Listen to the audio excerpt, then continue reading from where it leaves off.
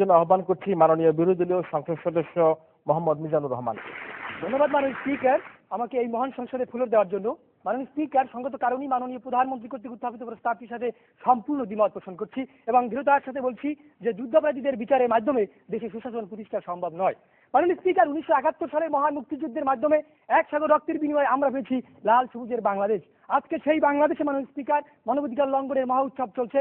আজকে দুর্নীতি দমন কমিশন দন্তহীন বাঘে পরিণত হয়েছে। মানবাধিকার কমিশনকে স্বরাষ্ট্র মন্ত্রণালয় থেকে সতর্ক করে দেওয়া হয়েছে। আজকে জনজীবন বিপর্যস্ত, উন্নয়ন কর্মকাণ্ড স্থবির, আজকে দেশের মানুষ দিশেহারা। আজকে এক কথায় সুশাসন নির্বাচনে মাননীয় স্পিকার, আমরা এই সুশাসন প্রতিষ্ঠার ব্যাপারে সবাই একমত, কিন্তু এই সুশাসন কিভাবে আসবে মাননীয় স্পিকার? এই সুশাসন কি 16 কোটি মানুষের দেশে শুধু মুষ্টিমেয় যুদ্ধাপরাধীদের বিচারের মাধ্যমে আসবে? না মাননীয় স্পিকার, এই সুশাসন মুষ্টিমেয় যুদ্ধাপরাধীদের বিচারের মাধ্যমে আসবে না।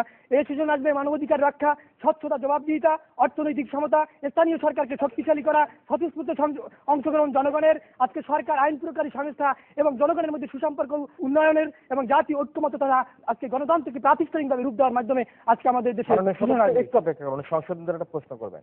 মুক্তিযুদ্ধের সময় যারা মানবতা বিরোধী অপরাধ করেছিল তাদেরকে যদি শাস্তি দিই তাহলে কি মানবাধিকার নিশ্চিত হবে না?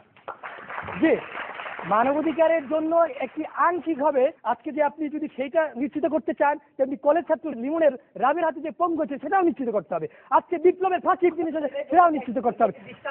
আপনি কত দৃষ্টান্ত করবেন? আমি আগেই বলেছি মাননীয় প্রধানমন্ত্রী, আমি আগেই প্রশ্ন করেছিলাম যে আপনি কত দৃষ্টান্ত করবেন। এরকম দৃষ্টান্ত দিয়ে হবে না, এক্সাম্পল দিয়ে আপনি কাজ করতে পারবেন না মাননীয় প্রধানমন্ত্রী। কিন্তু আপনাকে যে ধারাগুলো আছে, যে বিষয়গুলো রয়েছে, যে অন্তরায়গুলো রয়েছে, সেগুলোকে দূর করে আপনাকে কাজ করতে হবে। মাননীয় স্পিকার, আমি আমার বক্তব্যে চলে যাচ্ছি। আজকে আমরা জানি মাননীয় স্পিকার, দুষ্টের দমন শিষ্টের পালন সুশাসনের প্রধান নীতি মাননীয় স্পিকার। কিন্তু আজকে কি দেখছি মাননীয় স্পিকার? আজকে সেই ঢাকা বিশ্ববিদ্যালয়ের ছাত্র আব্দুল কাদেরকে আজকে পুলিশ ঢাকা সন্ধ্যে তাকে আহত করছে মাননীয় স্পিকার, পঙ্গু করছে। আজকে সুপ্রিম কোর্টের সিনিয়র আইনজীবী এবি আহমেদকে পুলিশ হেফাজতে আজকে প্রাণ দিতে হয়েছে।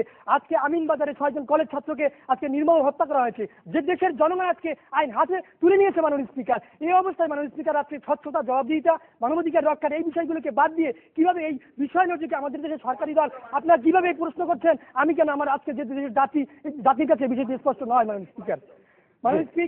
একটা ছোট্ট পয়েন্ট হলো, আপনি একটি দৃষ্টান্ত দেখিয়ে যান যুদ্ধাপরাধী যে বিচারটি হচ্ছে আন্তর্জাতিক ট্রাইব্যুনালে, সেটির মাধ্যমে কিভাবে স্বচ্ছতা, জবাবদিহিতা এবং আইনের শাসন প্রতিষ্ঠা সম্ভব নয়। জি ধন্যবাদ। আজকে আন্তর্জাতিক যে ট্রাইব্যুনালটি আপনি বলেছেন, সেই ট্রাইব্যুনালে আন্তর্জাতিক মানের কোনো আইনজীবী আছে কিনা বলুন? আইনজীবী কোনো নেই। এবং আমাকে বলতে দিন মাননীয় সদস্য, এবং এখানে কোনো আন্তর্জাতিক আদালতের শুনানি করেছেন এমন কোন আইনজীবী আছে? এমন কোন আইনজীবী নেই। আজকে দেশের সর্বজন ব্যারিস্টার রবিকুল হক, ডক্টর কামাল হোসেন, ব্যারিস্টার আজকে যেখানে আসছে না, সেখানে আপনি কিভাবে এ ধরনের আন্তর্জাতিক অপরাধ ট্রাইব্যুনালের কথা বলছেন?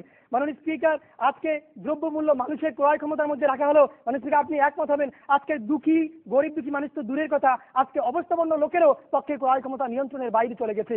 আজকে এক্ষেত্রে যদি আমরা অর্থনৈতিক সমতা এবং ক্ষমতার বিকেন্দ্রীকরণ এবং সুশাসন এবং আজকে ব্যাপক কর্মসংস্থানের সুযোগ করতে পারি, তাহলে আমরা সুশাসন প্রতিষ্ঠার দিকে মাননীয় স্পিকার আমরা এগিয়ে যেতে পারবো। এটা যুদ্ধাপরাধীদের বিচারের মাধ্যমে নয় মাননীয় স্পিকার। উদরপুণ্ড বুদর গাড়ে চাপানোর মতো সরকারি দল সবসময় বিরোধী দলের গাড়ি চাপিয়ে যাচ্ছে। শুধু কথার টুবড়ি ফুটাচ্ছেন অথবা শুধু কথার ফুলগিরি ছড়াচ্ছেন। কি সুশাসন কথার টুবড়ি বা ফুটানোর মধ্যে দিয়ে আসবে না মাননীয় স্পিকার। কিন্তু আজকে দেখেন, বিদ্যুৎ, গ্যাস, পানি, জ্বালানি তেলের দ্রব্যমূল্যের কারণে আজকে মানুষের নাবিশ্বাস হচ্ছে। পরিবহন সেক্টরে মগের মূল্য, এই বিষয়গুলোকে বাদ দিয়ে কিভাবে আপনারা সুশাসন আসবে? যাতে আরো দিনের চ্যারাক নাই যে ঘোষা দিলাম আর আমাদের দেশে সুশাসন আসবে মাননীয় স্পিকার, এভাবে আসতে পারে না মাননীয় স্পিকার।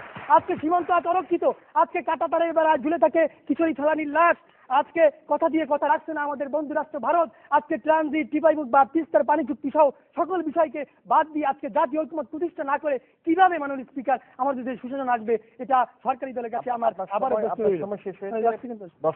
মাননীয় স্পিকার, সবশেষে যে বিষয়টি বলতে চাই, আমাদের জাতীয় ঐক্যমত সংসদকে কার্যকর, গণতান্ত্রিক প্রাতিষ্ঠানিকভাবে রূপ দেওয়ার মাধ্যমে আমরা, এবং আজকে যে সংবিধানকে ছিদ্র করা হয়েছে, এবং আজকে সংবিধান, আজকে গণতন্ত্র পুলিশের বুটের নিচে, এই যে যখন আপনি আপনার সকল জিনিসগুলো জনসংশ্লিষ্ট বিষয়গুলোকে নিয়ে আমরা কাজ করতে পারবো, এবং আজকে 16 কোটি মানুষের সেই 32 কোটি হাত নিয়ে যখন আমরা একত্রিত কাজ করতে পারবো, তখন সুশাসন আসবে।